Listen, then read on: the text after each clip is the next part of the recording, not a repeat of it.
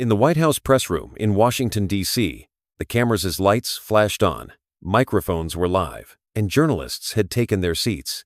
The air in the room was thick with anticipation. Outside, a gentle spring breeze blew. But inside, the atmosphere was so tense that it felt like even breathing required careful thought. The door opened, and Karoline Leavitt stepped onto the stage with her usual confident demeanor. Press conferences filled with controversy were nothing new to her. Navigating tough journalists was her showdown art she had mastered. But today, something felt different.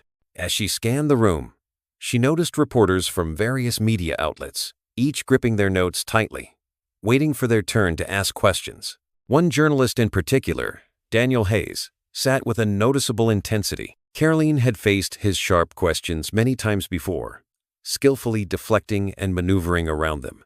But today, something was off. Hayes was tapping his pen lightly against the table, his eyes locked onto her, signaling that a confrontation was inevitable. "Good morning, ladies and gentlemen," Karoline said, her voice authoritative yet composed.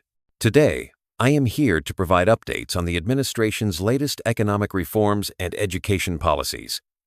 Her voice carried a professional resonance, yet the silence in the room was unsettling.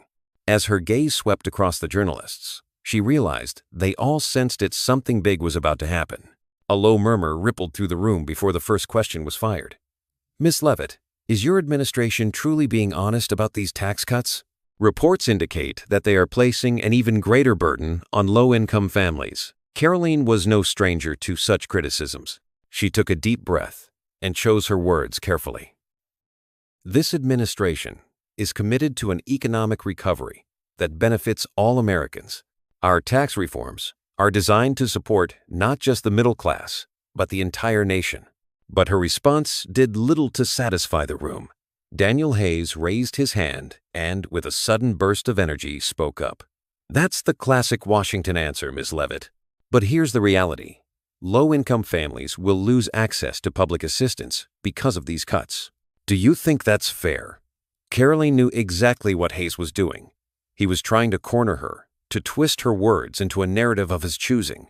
The tension in the room escalated rapidly. This was the moment everyone had been waiting for. The atmosphere in the press conference room was growing heavier by the minute. With years of experience, Karoline Leavitt could sense it. The questions kept coming, but so far, she had managed to respond to each one with composure. However, Daniel Hayes, seated in the front rows, remained silent. Leavitt knew him well. Hayes was an investigative journalist known for his aggressive questioning and hard-hitting commentary. He often dramatized situations in an effort to corner the administration. Today would be no exception. Leavitt knew this was coming. "Ms. Leavitt," Hayes finally spoke, his voice calm but carrying a distinct tension. "While this administration cuts economic aid promised to low-income citizens, it grants tax benefits to large corporations. Are you ignoring the reality of the people?" Leavitt responded with a polite yet cautious expression. "Our government makes strategic decisions to promote economic growth. Tax reforms are designed to create opportunities for all citizens in the long run." Hayes smiled, but beneath that smile was a veiled challenge. "Opportunities? Then why are schools in low-income neighborhoods underfunded? Why is access to healthcare shrinking? Is your administration only serving the elite?" The room fell silent. Other journalists watched the exchange with anticipation. Leavitt took a quiet breath. This wasn't journalism, it was a direct attack. "I know you're distorting the numbers, Mr. Hayes," Leavitt said firmly. "Instead of making speculative accusations about the government's education and healthcare policies, we should be having a discussion based on real data." Hayes immediately jumped in. "Real data? Then explain this. Why has the budget for healthcare centers in low-income areas decreased by 15% over the past 2 years? And isn't it quite the coincidence that this happened at the same time as corporate tax cuts?" Leavitt took a deep breath at the microphone. Budgeting decisions are based on multiple factors. To make the economy more sustainable, certain priorities must be set. However, that does not mean the needs of the people are being ignored. Hayes narrowed his eyes. "So you're saying this is just a matter of priorities? That offering fewer educational opportunities to children from poor families putting their future at risk is just about setting priorities?" The tension in the press room was now almost tangible. The other journalists held their breath, waiting for the outcome of this verbal duel. Leavitt's hands were lightly clasped on the table. "You are deliberately shaping a narrative by distorting the facts, Mr. Hayes," Leavitt said. "But the role of the press is to inform, not to mislead the public." Hayes leaned back in his chair, shaking his head. "So our job is to simply relay whatever propaganda the government presents?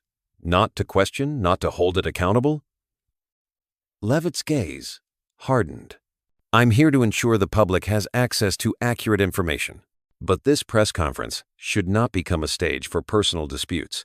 If you wish to continue speaking within the bounds of respect, I will take your questions. But I won't allow this to turn into a provocative spectacle." The tension in the room had nearly reached its peak. Hayes had that same defiant smile on his lips. "I think the people should decide, Miss Leavitt, who's distorting the truth and who's really avoiding the answers." Leavitt took a deep breath. This was just the beginning, and the storm was about to break. Karoline Leavitt remained standing tall at the microphone, but the pressure on her shoulders was mounting. Daniel Hayes's questions weren't just critical, they were a direct challenge. And he knew it.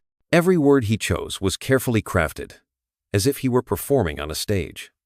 "I know you're distorting the numbers, Mr. Hayes," Leavitt repeated, her tone patient but firm. But Hayes wasn't going to let the opportunity slip. "Then prove it," he shot back, his voice echoing off the walls of the room. "How can you claim there's no direct link between your administration's tax cuts and the shrinking education and healthcare budgets? Are you hiding the truth from the public?" As Leavitt started to respond, Hayes abruptly cut her off. "Don't give me statistics. Let's talk about real-life consequences. I'm bringing you the voices of actual people from low-income neighborhoods, mothers who've lost their jobs, children who can't access healthcare. These aren't just numbers, they're lives." The press conference was no longer an exchange of information, it was turning into a heated debate. The other journalists were no longer just observers. They were frantically scribbling in their notebooks, watching Leavitt's every move, waiting to gauge her reaction.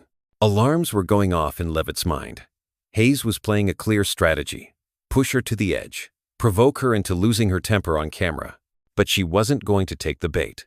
"The role of the press is to inform the public, not to put on a show," Leavitt said, keeping her voice cool. "You're free to ask your questions, but you also have to listen to my answers. If you truly want a debate, let's have one, but let's do it with respect, not by shouting." Hayes shook his head. "Respect? You and your administration ignore the basic needs of the people, and you expect the press to be respectful? Do you really think you can turn this press conference into a propaganda platform?" The tension in the room was thick enough to cut with a knife. Leavitt noticed a few reporters exchanging glances, whispering among themselves. This was no longer an ordinary briefing. Everyone in the room understood. It had become a battle for control. Just as she was about to speak, Hayes took another step forward. "If this administration is so unwilling to be held accountable, then tell me, Miss Leavitt, what's the point of us even being here? Has the White House become a stage for government mouthpieces instead of a place for independent journalism?" Even the other journalists seemed momentarily stunned. This was a direct accusation. Leavitt took a deep breath, gripped the edges of the podium, and locked eyes with Hayes. "Mr. Hayes, whether you choose to be here or not is entirely up to you," she said, her voice steady. "But if you do stay, you should conduct yourself according to journalistic ethics. If you're looking for a spectacle, this isn't the place for it." A brief silence filled the room.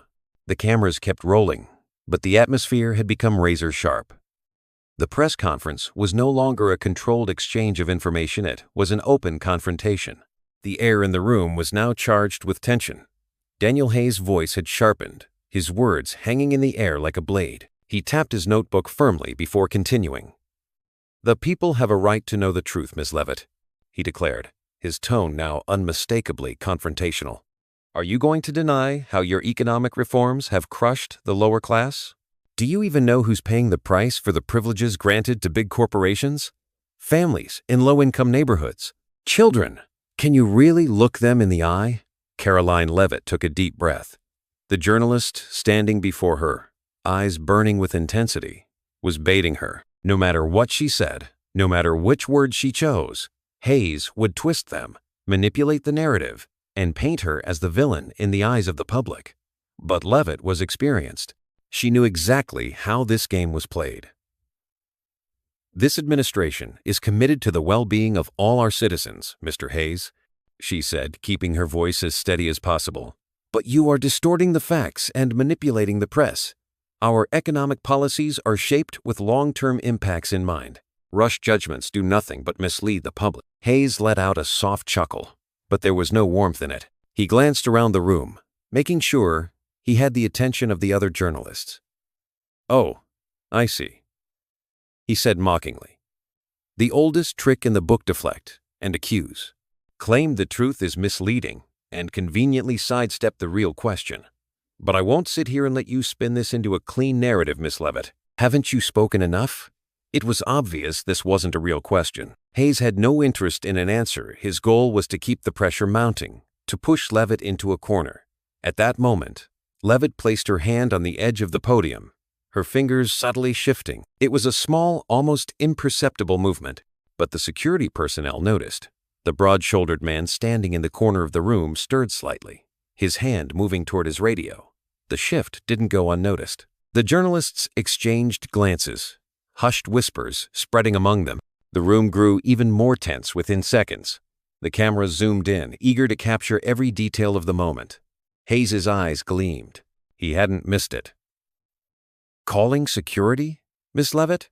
he asked with a sly smile. "Is this the new way to silence journalists? Or have you simply run out of strength to handle tough questions?" Leavitt's face remained expressionless, but her eyes locked onto his.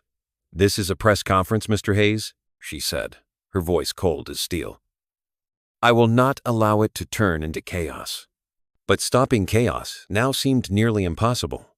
The tension in the room had reached its peak. Journalists shifted uneasily in their seats, security stood more alert, and cameras were more focused than ever. What happened next could change the course of the entire briefing. After the White House incident, the media world turned into a firestorm. Television networks immediately altered their programming, making the press conference clash their top headline. News broadcasts displayed a frozen frame of Leavitt's face at the exact moment she confronted Hayes's fiery words. Meanwhile, social media erupted. Twitter, Facebook, Instagram, each platform carried a different narrative. Some users raged under the trending hashtag Karoline Leavitt crushes press freedom, accusing her of suppressing journalists. Others countered with, Hayes was a provocateur, trying to damage the government's image, defending Leavitt. Liberal media focused on one angle: the White House strikes back at the press. Independent journalists and opposition commentators painted Leavitt's subtle gesture towards security as an attempt at censorship, fueling public outrage with claims like, "An administration that can't handle the truth silences its critics."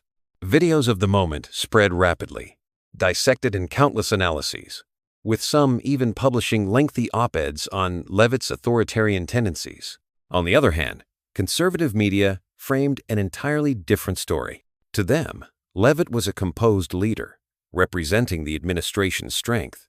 Headlines like, "Leavitt skillfully shut down a disruptive journalist," dominated, with commentators arguing that the press conference was deliberately manipulated. Her firm stance was hailed as an example of discipline, and some opinion pieces even hinted at her potential as a future presidential candidate. Television pundits debated the issue for hours. One network condemned Leavitt's authoritarianism, while another praised her unwavering leadership. Meanwhile, thousands on social media spread selectively edited clips to reinforce their narrative, some highlighting only Hayes's aggressive shouting, others looping Leavitt's subtle signal to security. The truth no longer mattered. What had started as a press conference had escalated into a full-blown media war. And it wasn't just between Leavitt and Hayes anymore. Politicians, journalists, social media influencers, and even celebrities joined the debate. Some condemned Leavitt for attacking press freedom, while others championed her as a figure of government authority.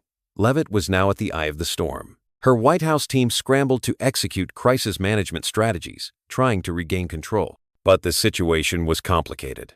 The narrative had already taken shape, and shifting public perception was nearly impossible. News networks capitalized on the controversy, boosting viewership with competing interpretations. while social media became increasingly polarized. Protests had already begun. Demonstrators gathered outside the White House, holding signs and chanting accusations of government suppression of the press. Cameras zoomed in on the crowds, and the footage replayed endlessly on news broadcasts, further intensifying public tension. This was no longer just about a press conference. The debate had expanded into larger questions about media ethics, journalistic integrity, and the manipulation of public perception. The White House crisis management team had worked through the night. Only a few hours had passed since the incident, yet the media had already split into two opposing narratives. As Leavitt stared at her phone screen, the headlines kept changing. Crackdown on the press at the White House? Leavitt silences a critical voice. Did she go after Hayes? Here's the controversial footage. Meanwhile, another headline told a different story. Leavitt stands firm to restore order. She sighed. This wasn't a battle of truth, it was a battle of perception. Sitting beside her, Communications Director Olivia Carter pulled up the full recording of the press conference on her laptop. "We need to release this," Olivia said. "The edited clips are reinforcing false narratives. If we put out the full event, people will see the truth." Leavitt thought for a moment. It made sense, in theory. But in reality, things didn't work that way. Even when misinformation was debunked, people clung to the version of the story they wanted to believe. "That's not enough," Leavitt said, eyes still fixed on the screen. "Just releasing the footage is a passive move. We need to shift the narrative." The room fell silent. Olivia frowned. "What are you suggesting?" Leavitt leaned back in her chair, shaking her head slightly. "The media bought into a distorted version of the story. Now we need to create our own, and we need a strong platform to do it." A team member chimed in. "You could do an exclusive interview on a select network. Not just to clarify what happened, but to refocus the conversation on the bigger picture." Leavitt nodded. This could be a game changer. She needed to show how a simple press conference had spiraled out of control, how provocation had been weaponized. But she couldn't appear defensive. She turned to Olivia. "Get me the strongest platform possible, but we have to be strategic. I'm not giving the opposition more ammunition." Olivia nodded, immediately issuing instructions to the team. Meanwhile, the protests outside were growing louder. Crowds had gathered in front of the White House, chanting with signs held high. The media had already begun broadcasting the demonstrations live. Leavitt glanced out the window. Some signs read, "The press cannot be silenced," and "The government must be held accountable." But others showed messages like, "Leavitt is right," and "Stand for order." The country had been split in two over this moment. Just then, Olivia stepped out of the room with her phone pressed to her ear. Leavitt could feel the pressure mounting inside her. This wasn't just a media crisis anymore, she was in the middle of a political war. A few minutes later, Olivia returned, locking eyes with her. "Fox News and CNN both want you on live television, but they have different angles. Fox will present you in a supportive frame. CNN will push harder with difficult questions." Leavitt hesitated. Both networks had vastly different audiences. Going on Fox would strengthen her existing base, but critics would see it as an easy way out. CNN would be more of a challenge, but avoiding it could make her look weak. She took a deep breath. "I'm doing both. We start with CNN." The room paused in surprise. Olivia raised an eyebrow. "Are you sure? CNN will come at you hard." Leavitt's eyes burned with determination. "Let them. If I don't tell my side of the story, someone else will, and I refuse to be a victim of their narrative." Olivia quickly relayed the orders to the team. Leavitt stood from her desk and faced the mirror. She took a deep breath, steeling herself with a firm, composed expression. This wasn't just a press conference anymore. This was a war for control over the public mind. Karoline Leavitt sat in her White House office, her eyes scanning the constantly updating headlines on her computer screen. Social media was in chaos. Freedom of the press under threat. Hayes was silenced. Leavitt must resign. Looking out the window, she could see the growing crowd in front of the White House. Hundreds of people held signs and chanted slogans. Some demanded press freedom, while others called for her resignation outright. And it wasn't just the streets. Twitter, Instagram, TV networks, everyone had a comment, a theory. Leavitt took a deep breath. How had things spiraled out of control so quickly? First, Daniel Hayes's provocative questions. Then, the press conference descending into chaos. security stepping in, and now the streets were involved. A soft knock on the door broke her thoughts. Olivia stepped inside, looking exhausted, her eyes red from lack of sleep. "It's getting worse," she said, setting her laptop on the desk. "Hayes gave an interview on CNN this morning. He's calling you authoritarian, says this administration is silencing the press." Leavitt clenched her jaw. "Of course he is." Olivia continued. "And it's not just him. Other journalists are jumping in." A columnist from The Washington Post wrote that the White House is suppressing dissenting voices. Some networks are airing heavily edited clips of the incident. Cut-up videos are spreading online. Leavitt sat up straighter in her chair. "They're distorting the truth." Olivia nodded. "Yes. But social media has blurred the line between truth and lies. People believe whatever fits their narrative." Leavitt narrowed her eyes. It felt like a chess game where every move could be used against her. Worse, she was starting to feel alone. The same people who once supported her were now silent. No one from the administration had publicly defended her. Even the president hadn't made a statement yet. "They're going to leave me out to dry, aren't they?" she asked, her voice low but steady. Olivia hesitated. "Politics is like that, Karoline. If you win, everyone stands by you. But if you fall, no one reaches out a hand." Leavitt turned back to the window. The crowd was growing. This wasn't just about a press conference anymore. This was the defining moment of her career and maybe even her future. As Karoline Leavitt walked through the vast, cold corridors of the White House, the voices of the protesters outside echoed through the walls. She used to shut out the noise. But now, every chant, every sign, every headline carried her name. What had started as a press conference had spiraled out of control. People weren't just debating Leavitt or Daniel Hayes anymore. The conversation had become much bigger. On news channels, experts argued, is press freedom at risk?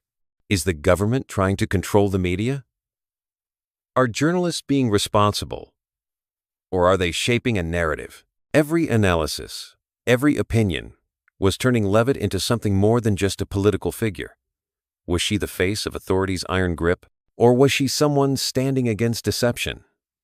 The public was divided. Some admired her strength, her discipline, her unwavering stance. Others saw her as a threat to free expression. And worst of all, the truth was beginning to lose its meaning. Endless debates on social media, manipulated videos spreading like wildfire. Sound bites ripped out of contextuality was drowning in the noise. The protests were growing. Groups had taken to the streets across Washington. Some supporting the government, others calling for Leavitt's resignation. Security forces were on high alert, trying to keep the situation from escalating further. A muted television screen flickered nearby, replaying yet another edited clip. Leavitt glanced up. Her own image stared back at her words stripped of context, responses cut short. Aggressive questions met with fragmented answers. That person on the screen wasn't her. It was just an illusion. When she opened the door to her office, Olivia and a few advisors were already waiting. The air in the room was heavy with tension. "People don't want the truth," Olivia said, setting a stack of reports on the desk. "They believe the story they're being told." Leavitt narrowed her eyes. "Then where is the truth?" No one answered. Because the truth no longer mattered. It had been swallowed by perception. Leavitt sank into her chair. Staring at the screen in front of her, she asked herself one question. Who will win this war, truth or perception? But there was an even bigger question. Could the truth still win? Or had it already been lost